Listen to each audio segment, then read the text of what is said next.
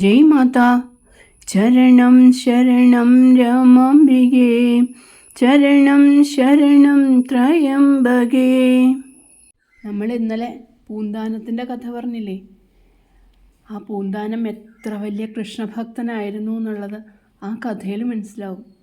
കുട്ടി മരിച്ചിട്ട് അതിന് സങ്കടപ്പെടുകയും കൂടി ചെയ്യാണ്ട്, ഒരു ഭാവവ്യത്യാസവും ഇല്ലാണ്ട്, നീ കൃഷ്ണൻ മനസ്സിൽ കളിക്കുമ്പോൾ ഉണ്ണികൾ മറ്റു വേണമോ മക്കളായി എന്ന് പാടാൻ കഴിയണമെങ്കിൽ ഒരു ഭക്തന് മാത്രമേ പറ്റുള്ളൂ അത്. ആ ഭക്തൻ അത് കഴിഞ്ഞിട്ട് എന്താ ചെയ്തതെന്നറിയോ? നേരെ ഗുരുവായൂർക്ക് പോയി. എന്നിട്ട് ഒരു കൃതി രചിച്ചു. എന്താണ് ആ കൃതി? നമ്മളെന്നും പി സുശീലയുടെ ആ മധുരമായ ശബ്ദത്തിൽ കേൾക്കാറില്ലേ, ജ്ഞാനപ്പാന? അതിൽ എല്ലാം ഉണ്ട്. അതിൽ ഭഗവാനെ വിസ്തരിക്കുക മാത്രമല്ല, ഭഗവാന്റെ എല്ലാ രൂപങ്ങളെയും പറയുന്നുണ്ട്, ഭഗവാന്റെ ലീലകളെ പറയുന്നുണ്ട്.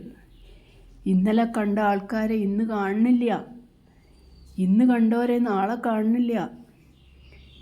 ഇന്നലെ പോയ കാലമാണ്, നാളെ വരാൻ ഉള്ള കാലമാണ്. അത് വരുമോ എന്നുള്ളത് നമുക്കറിയില്ല. പക്ഷെ ഈ നിമിഷം നമ്മുടെ കയ്യിലുണ്ട്. ആ സമയം ചെയ്യേണ്ടത് ആ ഭഗവാന്റെ നാമം ജപിക്കുക എന്നുള്ളതാണ്. നാമത്തിൻ്റെ മഹിമ, ഈ സംസാരത്തിൻ്റെ ദുഃഖങ്ങൾ, അതായത് ഈ ലോകത്തിൽ ജീവിച്ചാൽ വരണ ദുഃഖങ്ങൾ, അതുപോലെ തത്വങ്ങളുടെ ആ ഒരു കാര്യങ്ങളൊക്കെ, തത്വവിചാരം എന്ന് പറയണത്, ചുഴന്നിടുന്ന സംസാര ചക്രത്തിൽ ഉഴന്നിടും നമുക്കറിഞ്ഞിടുവാൻ എന്നൊക്കെ പറഞ്ഞ് ആ തത്വവിചാരം മുഴുവൻ സിമ്പിളായിട്ടുള്ള, വളരെ നല്ല മലയാളത്തിൽ ഭാഗവതത്തിലൊക്കെ പറഞ്ഞിരിക്കുന്ന കാര്യങ്ങൾ മുഴുവൻ ചുരുക്കി വളരെ കുറച്ച് ശ്ലോകങ്ങളെ കൊണ്ട് നല്ല മലയാളത്തിൽ ആർക്ക് വേണമെങ്കിൽ കേട്ടാൽ മനസ്സിലാവും. ആ രീതിയിൽ പൂന്താനൻ എഴുതി. അപ്പം അതിൽ ഈ ലോകത്തിൽ നമ്മൾ ജീവിക്കുന്നതിൻ്റെ ആ ഒരു നശ്വരത എത്രയുണ്ട്, അനശ്വരമായ ഭഗവത് ഭജനം എത്ര വലുതാണ്, അതുപോലെ നാമത്തിൻ്റെ ആ മഹത്വം എത്രയാണ്, കർമ്മത്തിനെ പറ്റിയിട്ട്, പുണ്യകർമ്മങ്ങളെ പറ്റിയിട്ടും പാപകർമ്മങ്ങളെ പറ്റിയിട്ടും അതുകൊണ്ടുള്ള ഗുണവും ദോഷവും ഒക്കെ എന്താണെന്നുള്ളതും എല്ലാം ആ ഒരു ജ്ഞാനപ്പാനയിലങ്ങനെ പൂന്താനം വിവരിക്കുകയാണ്. അതുപോലെ നരകത്തിൽ പോകുമ്പോൾ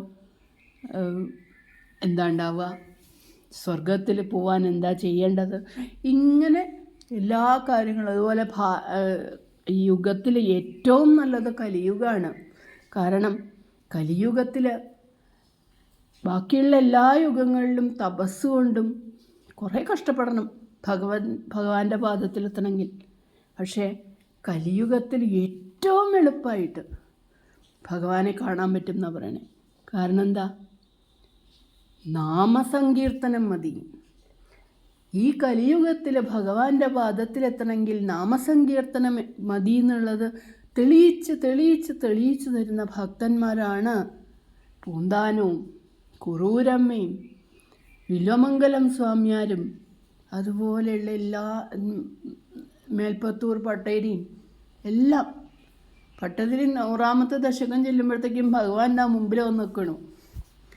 പൂന്താനത്തിൻ്റെ കൂടെ എപ്പോഴും ഭഗവാനുണ്ട്. കുറൂരമ്മയുടെ കൂടെ പറയുന്നേ വേണ്ട, വികൃതി കാണിച്ചുകൊണ്ടാണ് ഇങ്ങനെ ഓടി നടക്കണേ. കുറൂരമ്മയ്ക്ക് ഒടുക്കം കലത്തിൻ്റെ അടിയിൽ ഇട്ടടക്കേണ്ടി വന്നു. അത്രയും വികൃതിയായിട്ട് ഇങ്ങനെ എല്ലാ കാര്യത്തിലും സഹായിച്ചുകൊണ്ട് അങ്ങനെ ഭഗവാൻ നടക്കുക.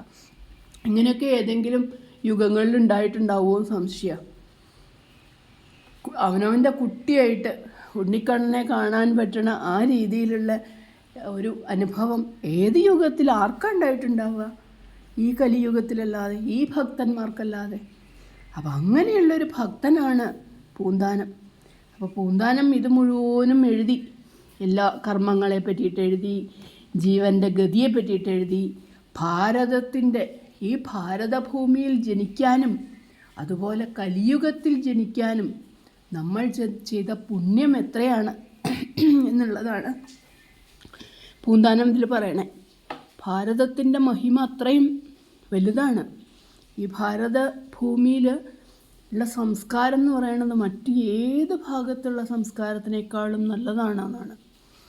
ഇവിടെ നാമസങ്കീർത്തനം കൊണ്ടാണ് ഭഗവാന്റെ പാദത്തിലെത്തുക. അതിനെ പറ്റിയിട്ടും പറയുന്നു. അതുപോലെ കലികാലത്തിൻ്റെ മഹിമ, കലികാലമാണ് ഏറ്റവും മഹത്വമുള്ള കാലം എന്നാണ് പറയണേ. കാരണം ആ കലികാലത്തിൽ നാമം കൊണ്ട് ഭഗവാന്റെ പാദത്തിലെത്താം എന്നുള്ളത് വിവരിക്കുന്നു. അങ്ങനെ മനുഷ്യജന്മം വളരെ ദുർലഭമായിട്ടേ കിട്ടുള്ളൂ. പല പല പല ജന്മങ്ങൾ കിട്ടിയിട്ട്, നായയായിട്ടും പുലിയായിട്ടും പാറ്റയായിട്ടും കൃമിയായിട്ടും എല്ലാം പല പല പല ജന്മങ്ങളിൽ കൂടി പോയിട്ട് അവസാനം എല്ലാ പാപങ്ങളും ഒഴിഞ്ഞാൽ ഇനി ഇതാ നിനക്ക് പുണ്യം ചെയ്യാനൊരു ജന്മം തരണു എന്ന് പറഞ്ഞിട്ടാണ് നമുക്ക് മനുഷ്യജന്മം തരിക. അപ്പോൾ ആ മനുഷ്യജന്മത്തിൽ എത്ര സുലഭമായിട്ട് കിട്ടാവുന്ന ഭഗവാനെ, എങ്ങനെയാണ് സുലഭമായിട്ട് ഭഗവാനെ കിട്ടുക? നാമജപം കൊണ്ട്. ഭഗവാന്റെ നാമം ഇങ്ങനെ പാടിക്കഴിഞ്ഞാൽ ഭഗവാൻ നമ്മുടെ കൂടെ വരും എന്നാണ് പറയണേ. ഭഗവാൻ അത്രയും ഇഷ്ടമാണ് ഭക്തന്മാരുടെ കൂടെ ഭഗവാൻ നടക്കുള്ളൂ. അപ്പം അങ്ങനെ അത്രയും ദുർലഭമായിട്ടുള്ള മനുഷ്യജന്മം നമുക്ക് ഭഗവാൻ സമ്മാനമായിട്ട് തരികയാണ്. ഇത്രയും കാലം നീ ഈ പുഴുവായിട്ടും പുല്ലായിട്ടും മൃഗമായിട്ടും എല്ലാം ജീവിച്ചില്ലേ, എത്രയോ കഷ്ടപ്പെട്ടില്ലേ. ഇനി ഇതാ നിനക്കൊരു മനുഷ്യജന്മം തരണു. നീ ചെയ്യാൻ പറ്റണ പുണ്യങ്ങൾ ചെയ്യ്, മനുഷ്യന്മാർക്ക് മറ്റുള്ളവർക്ക് ദാനം ചെയ്യ്, മറ്റുള്ളവരെ സഹായിക്ക്, നാമം ചൊല്ല്, എന്നെ സ്തുതിക്കൂ, അങ്ങനെ എൻ്റെ പാദത്തിലെത്തൂ എന്ന് പറഞ്ഞു തരികയാണ് ആ മനുഷ്യജന്മത്തിൽ കൂടി ഭഗവാൻ. അപ്പോൾ ആ മനുഷ്യജന്മം കിട്ടിക്കഴിഞ്ഞാൽ നമ്മൾ എന്തൊക്കെ ചെയ്യണം, എങ്ങനെ ഭഗവാന്റെ പാദത്തിലെത്തണം എന്നുള്ളത് വളരെ ഭംഗിയായിട്ടാണ് ജ്ഞാനപ്പാരയിൽ നമ്മൾക്ക് മനസ്സിലാവുന്ന ഭാഷയിൽ വിവരിക്കണത്. ഇതൊക്കെ എഴുതിക്കൊണ്ടിരിക്കുമ്പോൾ പൂന്താനത്തിൻ്റെ മനസ്സിൻ്റെ കോണിൽ എവിടെയെങ്കിലും ആ ഉണ്ണിയെ പറ്റിയിട്ടൊരു ചെറിയ വിഷമം എവിടെയെങ്കിലും കിടക്കുന്നുണ്ടെങ്കിൽ അതും കൂടി പോയി, അതും കൂടി കളഞ്ഞു ഭഗവാൻ. അങ്ങനെ ഗുരുവായൂരിന്ന് ആ ശ്ലോകം മുഴുവൻ എഴുതി തീർത്തു, ആ ജ്ഞാനപ്പാനം മുഴുവൻ എഴുതി തീർത്തു.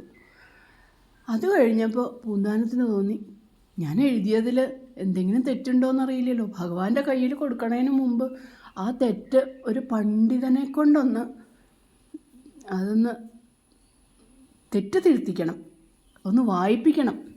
അതിനിപ്പോൾ ആരാ ഉണ്ടാവുക എന്ന് ആലോചിച്ചിരിക്കുമ്പോഴാണ് മേൽപ്പത്തൂർ നാരായണ ഭട്ടതിരി അവിടെ വന്നിട്ടുണ്ട്.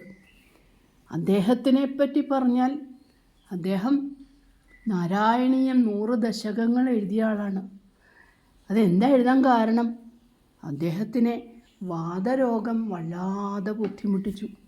അദ്ദേഹത്തിന് വാതരോഗം വന്നത് അദ്ദേഹത്തിൻ്റെ കുഴപ്പം കൊണ്ടൊന്നുമല്ല, അദ്ദേഹം സ്വീകരിച്ചതാണ്. ആരുടെ അടുത്തുനിന്നാണ് സ്വീകരിച്ചേ? അദ്ദേഹത്തിൻ്റെ ഗുരുനാഥൻ്റെ അടുത്തുനിന്ന്. അദ്ദേഹത്തിൻ്റെ ഗുരുനാഥന് അന്ന് അങ്ങനെയൊക്കെയുള്ള കഴിവുണ്ടാവുമായിരിക്കും. ഗുരുനാഥന് ഈ വാതരോഗം വന്നപ്പോൾ അദ്ദേഹത്തിനൊരു വെളിപാടുണ്ടായി, അല്ലെങ്കിൽ അതോ ഇനി ആരെങ്കിലും വന്ന് പറഞ്ഞതാണോ എന്നറിയില്ല, ഏതെങ്കിലും സിദ്ധന്മാർ വന്ന് പറഞ്ഞതാണോ എന്നറിയില്ല. ഈ വാതരോഗം ശിഷ്യന്മാരിൽ ഒരാൾ സ്വീകരിച്ചാൽ താങ്കൾക്ക് വാതരോഗം ഭേദാവും എന്ന് പറഞ്ഞു. ശിഷ്യന്മാരാരാ ഇപ്പോൾ അത് സ്വീകരിക്കാൻ നിൽക്കുക? പണ്ട് യയാതിയുടെ കഥ കേട്ടിട്ടില്ലേ? യയാതിയുടെ ആ വയസ്സായ രൂപം അല്ലെങ്കിൽ ആ വാർദ്ധക്യം മക്കളിൽ ആരെങ്കിലും സ്വീകരിച്ചാൽ അദ്ദേഹത്തിന് ചെറുപ്പമാവാം എന്ന് പറഞ്ഞില്ലേ? അതുപോലെ ഈ വാതരോഗം ആരെങ്കിലും സ്വീകരിച്ചാൽ ഇദ്ദേഹത്തിന് വാതരോഗം ഭേദാവും എന്ന് പറഞ്ഞു. ഒരു ശിഷ്യന്മാരും അതിന് തയ്യാറായില്ല. ആകെക്കൂടി തയ്യാറായത് ഈ ഉത്തമ ശിഷ്യനായ ഈ മേൽപ്പത്തൂർ നാരായണ ഭട്ടതിരിയാണ്. അദ്ദേഹം പറഞ്ഞു ഞാൻ സ്വീകരിക്കാം എന്ന് പറഞ്ഞു. അതോടെ അദ്ദേഹത്തിനായി ആ വാതരോഗം. അദ്ദേഹത്തിൻ്റെ കൈയും കാലും ഒന്നും അനക്കാൻ വയ്യാണ്ടായി, വല്ലാത്ത വേദന. അപ്പോൾ ഒരുപക്ഷെ ഭഗവാൻ ഇത് കണ്ടറിഞ്ഞതായിരിക്കും, അല്ലെങ്കിൽ ആരെ കൊണ്ടെങ്കിലും പറയിപ്പിച്ചത്. ആ സിദ്ധൻ വന്ന് പറഞ്ഞു എന്ന് പറഞ്ഞില്ലേ, അത് ഇതിലാരെങ്കിലും സ്വീകരിച്ചു കഴിഞ്ഞാൽ അങ്ങയുടെ ഭേദാവും എന്ന് പറഞ്ഞത് ഭഗവാനായിരിക്കും എന്ന് പറഞ്ഞത്. കാരണം ഭഗവാൻ അറിയാം മേൽപ്പത്തൂരിനെ. മേൽപ്പത്തൂർ ഇത് സ്വീകരിക്കുമെന്നും മേൽപ്പത്തൂർ അതീവ പണ്ഡിതനാണെന്നും. അപ്പം മേൽപ്പത്തൂരിനെ കൊണ്ടൊരു കാവ്യം രചിപ്പിക്കണം, അത് ഭഗവാൻ അങ്ങോട്ട് തീരുമാനിച്ചു. അതിൻ്റെ ആ കാരണം കൊണ്ട് വന്ന ഒരു അസുഖമാണിതെന്നാണ് ഭക്തന്മാർ പറയുക. അല്ലാതെ ഇപ്പം ഇങ്ങനൊരു കാര്യം വരേണ്ട കാര്യമില്ലല്ലോ. ഒരു കേടുമില്ലാത്ത ഒരാൾക്ക് ഇങ്ങനൊരു വാതരോഗം ഇങ്ങനെ സ്വീകരിക്കേണ്ട കാര്യമൊന്നുമില്ലല്ലോ. അപ്പോൾ അദ്ദേഹത്തിൻ്റെ ആ മഹത്വം എല്ലാവരെയും അറിയിക്കാനും അദ്ദേഹത്തിൻ്റെ കയ്യിൽ നിന്ന് ആ ഭഗവാനെ സ്തുതിക്കണ ഒരു ഉത്തമ ഗ്രന്ഥം ഉണ്ടാക്കിയെടുക്കാനും ഭഗവാൻ ചെയ്ത പണിയത്, ഭഗവാന്റെ കളിയതൊക്കെ. അങ്ങനെ ആ മേൽപ്പത്തൂരിനോട് ആരോ പറഞ്ഞു, ഭഗവാനെ സ്തുതിച്ചോളൂ, ഭഗവാനെ ഭജിച്ചോളൂ, ഗുരുവായൂർക്ക് പോയിക്കോളൂ, എന്നിട്ട് ഭഗവാനെ ഭജിച്ചാൽ അങ്ങയുടെ ഈ അസുഖമൊക്കെ ഭേദാവും. കാരണം ഈ ലോകത്തിലെ ഏറ്റവും വലിയ വൈദ്യനാണ് അവിടെ ഇരിക്കണേ, പൊയ്ക്കോളൂ എന്ന് പറഞ്ഞു. അപ്പോൾ അതും ഭഗവാൻ തന്നെയായിരിക്കും ആ വന്ന് പറഞ്ഞത് എന്ന് വേണം നമുക്ക് കരുതാൻ. കാരണം ഭഗവാൻ എല്ലാ സ്റ്റേജിൽ എല്ലാ കാര്യങ്ങളും ഇങ്ങനെ റെഡിയാക്കിക്കൊണ്ടിരിക്കുകയാണ്. ഒരു ഉത്തമ ഗ്രന്ഥം ലോകത്തിന് കിട്ടാൻ പോവുകയാണ്. ഭാഗവതം മുഴുവൻ വായിച്ചിട്ടൊന്നും ആർക്കും പറ്റില്ല. അപ്പോൾ എല്ലാവർക്കും എപ്പോഴും വായിക്കാവുന്ന ഒരു ചെറിയ ആ ഭാഗവതത്തിലെ മുഴുവൻ കാര്യങ്ങളും ചുരുക്കി ഒരു ചെറിയ ഗ്രന്ഥത്തിലാക്കാനുള്ള ഒരു വഴിയാണ് ഭഗവാൻ അവിടെ തുറന്നു വെച്ചത്. അങ്ങനെ മേൽപ്പത്തൂർ ഗുരുവായൂർ പോയി ഓരോ ദിവസവും ഈ ഭാഗവതത്തിലെ ഓരോ കഥകൾ രചിക്കുകയാണ്, ഓരോ ദശകമായിട്ട്. അങ്ങനെ 100 ദശകങ്ങളാണ് മേൽപ്പത്തൂർ രചിച്ചിരിക്കുന്നത്. ആ 100ാമത്തെ ദശകം എഴുതുന്ന സമയത്ത് മേൽപ്പത്തൂരിൻ്റെ വാതരോഗം മുഴുവനായിട്ട് ഭേദമായി എന്ന് മാത്രമല്ല, മേൽപ്പത്തൂരിൻ്റെ മുമ്പിൽ ആ ഭഗവാൻ പ്രത്യക്ഷപ്പെട്ടു. ആ പ്രത്യക്ഷ രൂപമാണ് അഗ്രേ പശ്യാമി എന്ന് പറഞ്ഞ് അദ്ദേഹം വർണ്ണിക്കണത്. ആ ഭഗവാന്റെ രൂപം, തേജോമയമായിട്ടുള്ള ആ രൂപം മേൽപ്പത്തൂർ അങ്ങോട്ട് വർണ്ണിക്കുകയാണ്. അപ്പോൾ ആ നാരായണ ഭട്ടതിരി, ആ നാരായണീയം രചിച്ച ആ പട്ടേരി ഗുരുവായൂരെത്തിയിട്ടുണ്ടെന്ന് കേട്ടു. പൂന്താനത്തിന് അങ്ങോട്ട് സന്തോഷമായി. ഇതിലും വലിയ പണ്ഡിതൻ ആരാ? എന്തായാലും അദ്ദേഹത്തിൻ്റെ അടുത്ത് തന്നെ ആവാം, ഇത് കൊടുത്തിട്ട് ഇതൊന്ന് വായിച്ച് അതിലെന്തെങ്കിലും തെറ്റുണ്ടെങ്കിൽ തിരുത്തി തരാൻ പറയണം എന്ന് വിചാരിച്ച് വേഗം അദ്ദേഹത്തിൻ്റെ അടുത്ത് ചെന്നു. എന്നിട്ട് ഈ ഗ്രന്ഥം കൊടുത്തു. ഇതൊന്ന് അവിടുന്ന് വായിച്ച് ഇതിലെ തെറ്റുണ്ടെങ്കിൽ ഒന്ന് തിരുത്തി തരണം എന്ന് വളരെ വിനീതനായിട്ട് പറഞ്ഞു. ഇത് കേട്ടതോടെ നമ്മുടെ മേൽപ്പത്തൂർ കാര്യം ഭഗവാനെ നേരിട്ട് കാണുകയൊക്കെ ചെയ്തു എന്ന് വെച്ചാലും ഇത്തിരി അഹങ്കാരമൊക്കെ ഉള്ളിലുണ്ട്. ആ മേൽപ്പത്തൂർ അപ്പം പറഞ്ഞത് എന്താണെന്നറിയോ? അതെ, പൂന്താനം, അങ്ങ് ഇത് രചിച്ചത് ഭാഷയിലല്ലേ? ഭാഷ എന്ന് പറഞ്ഞാൽ അത് പറയണത് മലയാളത്തിന് അല്ലെങ്കിൽ വേദഭാഷ അല്ലാത്ത ഇതിനൊക്കെയാണ് ഭാഷ എന്ന് പറയാം. ഇപ്പം മലയാളത്തിലല്ലേ നിങ്ങൾ രചിച്ചിരിക്കണേ? അത് വേറെ ആരെക്കൊണ്ടെങ്കിലും ഒക്കെ വായിപ്പിച്ചോളൂ. എനിക്ക് സംസ്കൃതമൊക്കെ പറ്റുള്ളൂ. എനിക്ക് പറ്റില്ല വായിക്കാൻ. അതുകൊണ്ട് അതിനെ കൊണ്ട് പുച്ഛിച്ചു, അങ്ങോട്ട് വളരെ കൊച്ചാക്കി പറയില്ലേ നമ്മൾ, അങ്ങനെ അങ്ങോട്ട് വളരെ ഒരു താഴ്ത്തി കിട്ടി. ഭഗവാന് സഹിക്കുമോ? ഭഗവാന്റെ ഉത്തമ ഭക്തനായിട്ടുള്ള പൂന്താനം വളരെ ഭംഗിയായിട്ട് ഭാഗവതത്തിൽ പറയണ എല്ലാ കാര്യങ്ങളും വളരെ ചുരുക്കി ഈ കലികാലത്തിൽ എന്ത് ചെയ്യണം, നാമത്തിൻ്റെ മഹിമ, അങ്ങനെ ഈ ലോകത്തിൽ എങ്ങനെയെങ്കിലുമൊക്കെ ജീവിക്കണതിൻ്റെ ആ നിസ്സാരത, ഇതെല്ലാം വളരെ ഭംഗിയായിട്ട് പറഞ്ഞിട്ട് അതിനെ അങ്ങോട്ട് കൊച്ചാക്കി കാണുമ്പം ഭഗവാൻ സഹിക്കുമോ അത്? ഭഗവാൻ എന്ത് ചെയ്തു? അന്ന് രാത്രിയല്ല, ആ നിമിഷം തുടങ്ങി മേൽപ്പത്തൂരിന് അവിടെ വേദന, ഇവിടെ വേദന, എന്താ ആകെ അവിടെ ഇവിടെയൊക്കെ വേദനിക്കുന്നുണ്ടല്ലോ, എന്താ അത് എന്നൊക്കെ പറഞ്ഞ് രാത്രി ആയപ്പോഴത്തേക്കും കൈ അനക്കാൻ വയ്യ, കാലും അനക്കാൻ വയ്യ, പണ്ടത്തെ സ്ഥിതിയിൽ തന്നെയായി. അപ്പം പേടിച്ചു. എന്താ ഭഗവാനെ, ഞാൻ അവിടുത്തെ രൂപം കണ്ട് അത് അതുപോലെ ചിത്രീകരിച്ച് വെച്ചിട്ടുണ്ട് 100-ാമത്തെ ദശകത്തിൽ. അവിടുത്തെ ലീലകൾ മുഴുവൻ അടിയനാ നാരായണീയത്തിൽ കൂടി പാടിയിട്ടുണ്ട്. എന്നിട്ടെന്താ വീണ്ടും ആ വാതരോഗം എന്നെ പിടിപെട്ടിരിക്കണേ? എനിക്ക് ഈ രോഗത്തുനിന്ന് മുക്തിയില്ല എന്നാണോ? അങ്ങനെ അദ്ദേഹം ഉറങ്ങിപ്പോയി. ഉറക്കത്തിൽ ഭഗവാൻ അതാ വരുന്നു സ്വപ്നത്തിൽ. അതേ പട്ടേരി, ഒരു കാര്യമുണ്ട്, എനിക്ക് പട്ടേരിയുടെ വിഭക്തിയേക്കാൾ ഇഷ്ടം പൂന്താനത്തിൻ്റെ ഭക്തിയാണ്.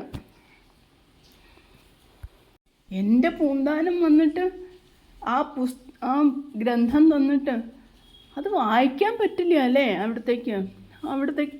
അവിടത്തേക്ക് വാതരോഗം, അതവിടെ കിടന്നോട്ടെ, അങ്ങേക്ക് കുറച്ച് വാതരോഗം ആവശ്യമാണ് എന്നൊക്കെ പറഞ്ഞപ്പം പട്ടേലിക്ക് വേണ്ടി മനസ്സിലായി അവനവൻ്റെ തെറ്റ്.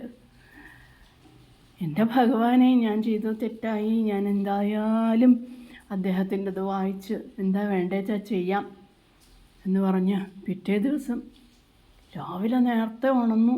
അപ്പോഴേക്കും കുറച്ചൊക്കെ എന്തായാലും സമ്മതിച്ചില്ല ഭഗവാന്റെ മുമ്പിൽ, അതുകൊണ്ട് കുറച്ചൊക്കെ ഭേദമായിട്ടുണ്ട്.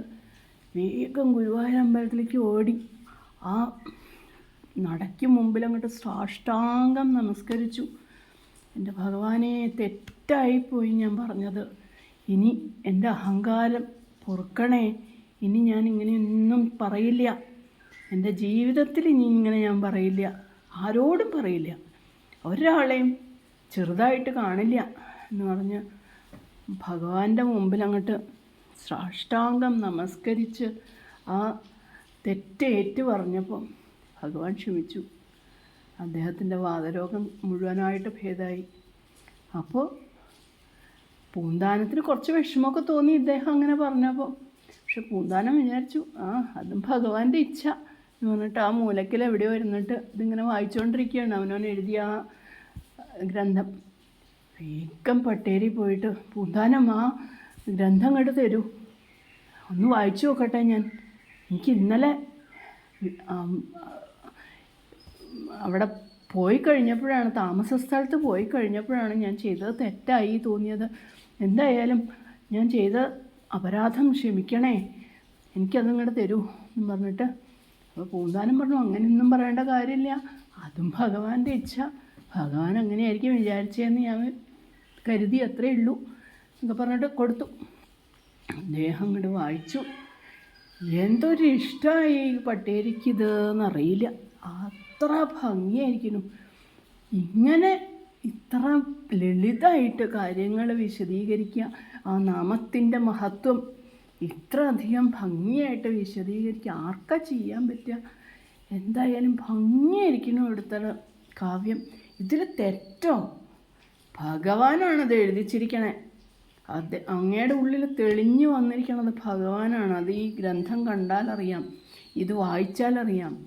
അതുകൊണ്ട് ഇതിലൊന്നും ഒരു തെറ്റുമില്ല, ഇത് ഭഗവാൻ സ്വയം ഇറങ്ങി വന്നിരിക്കണതാണ്. അവിടുന്ന് ധൈര്യമായിട്ട് കൊണ്ടുപോയിക്കോളൂ, ഒരു കുഴപ്പമില്ല അതിനൊന്നും. പൂന്താനത്തിന് സന്തോഷമായി. എന്തായാലും ഇത്രയും പണ്ഡിതനായിട്ടുള്ള ഒരാളാണല്ലോ പറഞ്ഞേ. വേഗം ആ ഗ്രന്ഥം അങ്ങനെ കൊണ്ടുപോയിട്ട് ഭഗവാൻ അങ്ങോട്ട് സമർപ്പിച്ചു. ഭഗവാൻ എത്ര സന്തോഷമായി എന്നറിയില്ല. അങ്ങനെ കാലങ്ങൾ കടന്നുപോയി. എല്ലാ മാസവും ഭഗവാനെ കാണാൻ ഈ പൂന്താനം എത്തും. അങ്ങനെ ഏറ്റവും അവസാനം എത്തിയ ഒരു കഥയാണ് ഇന്നലെ പറഞ്ഞത്, മങ്ങാട്ടച്ഛൻ വന്നിട്ട് ഇവിടെ കൊണ്ടാക്കിയത്. അതും കൂടി കഴിഞ്ഞപ്പോൾ വയ്യാണ്ടിരിക്കണു പൂന്താനത്തിന്. പൂന്താനം ഭഗവാനോട് പറഞ്ഞു, എൻ്റെ ഗുരുവായൂരപ്പ, എനിക്കിനി വരാൻ വയ്യല്ലോ, എൻ്റെയൊക്കെ ആകെ വയ്യാണ്ടിരിക്കണു, വയസ്സായി. ഇനിയൊക്കെ അങ്ങോട്ട് അവിടുത്തെ പാദങ്ങളിലേക്ക് എത്തുക എന്നുള്ളത് തന്നെ പറ്റുള്ളൂ, അല്ലാതെ എനിക്ക് ഇങ്ങോട്ട് വരാനൊക്കെ വയ്യാണ്ടിരിക്കുന്നു. എന്താ ഇനിയിപ്പോൾ ചെയ്യുക? ഗുരുവായൂരപ്പനെ എനിക്ക് കാണാതിരിക്കാൻ പറ്റില്ല, എന്താ ചെയ്യുക അതിന്? അപ്പോൾ ശ്രീലകത്തുനിന്ന് ഗുരുവായൂരപ്പൻ പറഞ്ഞു അത്രേ, പൂന്താനം ഒട്ടും വിഷമിക്കണ്ട കേട്ടോ, പൂന്താനത്തിൻ്റെ കൂടെ ഞാനും ഉണ്ട്. ഞാൻ പൂന്താനത്തിൻ്റെ ഇല്ലത്തേക്ക് വരിക, പൂന്താനത്തിന് എന്നും എന്നെ കാണാം, ഒട്ടും വിഷമിക്കണ്ട. അതുകൊണ്ട് പൂന്താനത്തിൻ്റെ കൂടെ ഭഗവാൻ പോന്നു എന്നാണ്. ഭക്തന്മാരുടെ കൂടെ ഭഗവാൻ, എന്നാൽ ഗുരുവായൂർ ഭഗവാൻ ഇല്ല എന്നല്ല, ഭക്തന്മാരുടെ ഹൃദയത്തിലേക്ക് ഭഗവാൻ അങ്ങോട്ട് ആവേശിക്കുകയാണ്. പൂർണ്ണസ്യ പൂർണ്ണമാതായ പൂർണ്ണമേവാവശിഷ്യതേ, പൂർണ്ണത്തിൽ നിന്ന് പൂർണ്ണം എടുത്താൽ പൂർണ്ണം അവിടെ ബാക്കിയുണ്ടാവും. ഇപ്പോൾ ഭഗവാൻ ഗുരുവായൂർ പൂർണ്ണമായിട്ട് തന്നെ ഇരിക്കുന്നുണ്ട്, പക്ഷെ ആ പൂർണ്ണം അതുപോലെ പൂന്താനത്തിൻ്റെ ഉള്ളിലേക്കും അങ്ങോട്ട് കടന്നു. അങ്ങനെ സ്ഥിരമായിട്ട് ഭഗവാനെയും കൊണ്ട് പൂന്താനം തിരിച്ചു പോന്നു. പിന്നെ ഭഗവാൻ പൂന്താനത്തിന് സ്വപ്നത്തിൽ വന്നിട്ട് പറഞ്ഞു, നാളെ പൂന്താനത്തിനെ കൊണ്ടുപോകാൻ ഞാൻ വരുന്നുണ്ട് കേട്ടോ, ഞാൻ പ്രത്യക്ഷത്തിൽ വരും, ഞാൻ തേരും കൊണ്ടാണ് വരണേ. പൂന്താനത്തിന് ഈ കുടുംബത്തിൽ നിന്ന് ആരെ വേണമെങ്കിൽ വിളിക്കാം, ഈ കുടുംബത്തിൽ നിന്നല്ല, ആരെ വേണമെങ്കിൽ വിളിക്കാം. പൂന്താനം ആരെയൊക്കെ വിചാരിക്കണോ അവരെയൊക്കെ ഞാൻ കൊണ്ടുപോയിക്കോളാം. എങ്ങോട്ടാണ് കൊണ്ടുപോവുക? വൈകുണ്ഠത്തിലേക്ക്. ആ ഭൂലോക വൈകുണ്ഠത്തിലിരുന്ന് ഭജിച്ചയാളല്ലേ, അപ്പോൾ അതുകൊണ്ട് എൻ്റെ വൈകുണ്ഠത്തിലേക്ക് ഞാൻ പൂന്താനത്തിനെ നേരെ ഈ ശരീരത്തോടു കൂടി കൊണ്ടുപോകാൻ പോവുകയാണ്. അങ്ങനെ പൂന്താനം എണീറ്റ് ഭാര്യയോടും അതുപോലെ അവിടെ പണിക്കാരിയുണ്ട്, അവർ വളരെ കൃഷ്ണഭക്തിയാണ്, വളരെ വലിയ കൃഷ്ണഭക്തിയാണ്. ഈ പൂന്താനത്തിന് എല്ലാ സഹായങ്ങളും ചെയ്തു കൊടുക്കുന്നത് അവരാണ്, പൂജയ്ക്കൊക്കെ ഉള്ളത്. അപ്പോൾ അവരോടും എല്ലാവരോടും പറഞ്ഞു, ആർക്കൊക്കെ വേണമെങ്കിൽ വരാം കേട്ടോ, ഉണ്ണി എന്നോട് പറഞ്ഞിട്ടുണ്ട്, ഉണ്ണികൃഷ്ണൻ എന്നോട് പറഞ്ഞിട്ടുണ്ട്, ആർക്ക് വേണമെങ്കിലും വരാം, ഞാൻ വന്ന് കൊണ്ടുപോയിക്കോളാം എന്ന്. എന്നെ കൊണ്ടുപോകാൻ നാളെ വരും, ആർക്ക് വേണമെങ്കിൽ എൻ്റെ കൂടെ വരാം. അപ്പോൾ ഭാര്യ പറഞ്ഞു, അതെ വട്ട് പറയുക, ഭ്രാന്ത് പറയുക, ഗുരുവായൂരപ്പൻ വന്ന് കൊണ്ടുപോകുക അത്രേ. വിശ്വസിച്ചില്ല. പക്ഷേ ആ പണിക്കാരിക്ക് അവർക്ക് വിശ്വാസം ഉണ്ടായിരുന്നു. അവർ പറഞ്ഞു, ഞാൻ വരുന്നുണ്ട് പറഞ്ഞു. അങ്ങനെ അന്ന് ഭഗവാൻ തേരും കൊണ്ടുവരികയാണ് പൂന്താനത്തിനെ കൊണ്ടുപോകാൻ, ദേഹത്തോടു കൂടി കൊണ്ടുപോകാൻ. ദേഹം ഇവിടെ ഉപേക്ഷിച്ച് പോകണമെന്നില്ല, ദേഹത്തോടു കൂടിയാണ് കൊണ്ടുപോകണേ. ഭഗവാനെ ഇത്രയധികം പ്രകീർത്തിച്ച ആ നാവ്, അത് ഭഗവാൻ ഇവിടെ ഉപേക്ഷിക്കാൻ വയ്യ. ഭഗവാനെ പൂജിച്ച കൈ, അത് ഭഗവാനെ ഉപേക്ഷിക്കാൻ വയ്യ. അങ്ങനെ ഭഗവാൻ ആ ശരീരത്തോടു കൂടി തന്നെ പൂന്താനത്തിനെ കൊണ്ടുപോകാൻ വന്നിരിക്കുകയാണ്. അപ്പോൾ ദാ ഭഗവാൻ വന്നിട്ടുണ്ട് കേട്ടോ, ഉണ്ണി വന്നിട്ടുണ്ടേ, ആരൊക്കെ വേണമെങ്കിൽ വന്നോളൂ എന്ന് പറയലും ആ പണിക്കാരി അവരവിടെ അങ്ങോട്ട് വീണു. അവരെ ശരീരത്തോടു കൂടിയല്ല കൊണ്ടുപോയത്, അവരുടെ ആത്മാവിനെയാണ് കൊണ്ടുപോയത്. അങ്ങനെ പൂന്താനത്തിൻ്റെ കൂടെ ആ പണിക്കാരിയാണ് പോയത്. ഭാര്യയ്ക്ക് ആ ഭാഗ്യം കിട്ടിയില്ല, കാരണം അവർക്ക് വിശ്വാസമില്ലായിരുന്നു. അതുകൊണ്ട് അങ്ങനെ പൂന്താനം വിചാരിച്ച് ആ കുടുംബത്തിൽ പൂന്താനത്തിന് എല്ലാ സഹായവും ചെയ്തു കൊടുത്ത ആ പണിക്കാരിയും അങ്ങനെ പൂന്താനത്തിൻ്റെ കൂടെ ആ വൈകുണ്ഠ ലോകം പ്രാപിച്ചു. അതാണ് പൂന്താനത്തിൻ്റെ കഥ. ഇതുപോലെ തന്നെയാണ് കുറൂരമ്മയും ഭഗവാനെ ഭജിച്ച് ഭഗവാനെ ഉണ്ണിയായിട്ട് കൂടെ കൊണ്ട് നടന്നിരുന്ന ആ കുറൂരമ്മയും ഇതുപോലെ ഭഗവാൻ വന്ന് ഉടലോടെ സ്വർഗത്തിൽ കൊണ്ടുപോയി എന്നാണ്, അങ്ങനെയാണ് പറയുക, ഉടലോടെ സ്വർഗത്തിൽ കൊണ്ടുപോയി എന്ന് വെച്ചാൽ ഈ ശരീരത്തോടു കൂടി തന്നെ അവരെ സ്വർഗത്തിൽ കൊണ്ടുപോയി. ആ വൈകുണ്ഠ ലോകത്തിലേക്ക്, ഭഗവാന്റെ ആ ധാമത്തിലേക്ക് ആ ഭക്തന്മാരെ കൊണ്ടുപോയി എന്നാണ്. ആ കുറൂരമ്മയുടെ കഥ നാളെ നമുക്ക് സ്മരിക്കാം. ഇന്ന് എന്തായാലും ഈ ഭക്തോത്തമനായ ആ പൂന്താനത്തിൻ്റെയും അദ്ദേഹം രചിച്ച ആ ജ്ഞാനപ്പാനയുടെ കഥയും അത് ഭഗവാന്റെയും അമ്മയുടെയും പാദത്തിൽ സമർപ്പിച്ചുകൊണ്ട് നമുക്ക് അവസാനിപ്പിക്കാം.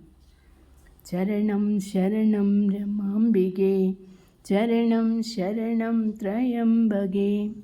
ജയ് മാതാ.